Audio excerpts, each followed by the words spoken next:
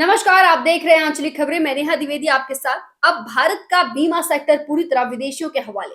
लोकसभा से पास हो गया ऐसा बिल जिसने बीमा की दुनिया में भूचाल ला दिया है।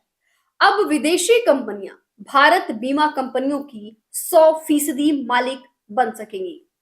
बड़ा सवाल, फायदा किसे होगा, आम जनता को या बड़ी विदेशी कंपनियों को?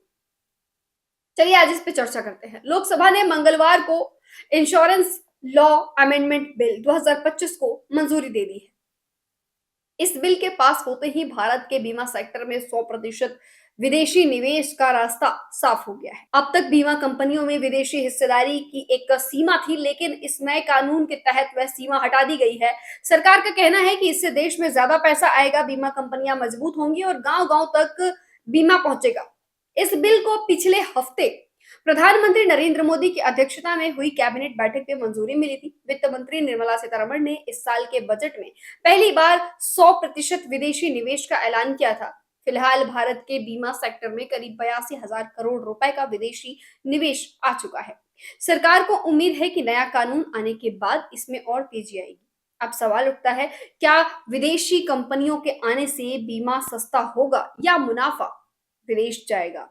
सरकार का दावा है कि इससे बीमा की पहुंच बढ़ेगी, नई पॉलिसी आएगी, रोजगार बढ़ेगा और इंश्योरेंस फॉर ऑल बाय 2047 का सपना पूरा होगा। लेकिन आलोचकों का कहना है कि अगर विदेशी कंपनियों का पूरा नियंत्रण हुआ तो क्या आम किसान, मजदूर और ग्रामीण परिवारों की जरूरतें प्राथमिकता रहेंगी? इस बिल में 3 बड़े कानून बदले गए हैं।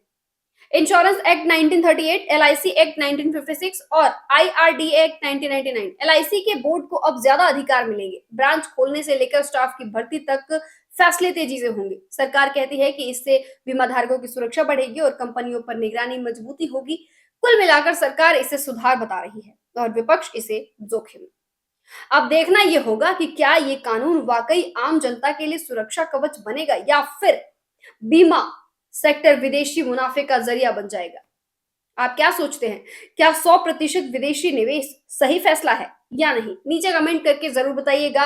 और फिलहाल के लिए बस इतना ही। जुड़े रहिए हमारे साथ, देखते रहिए आंचलिक खबरें, अपनों की खबर आप तक।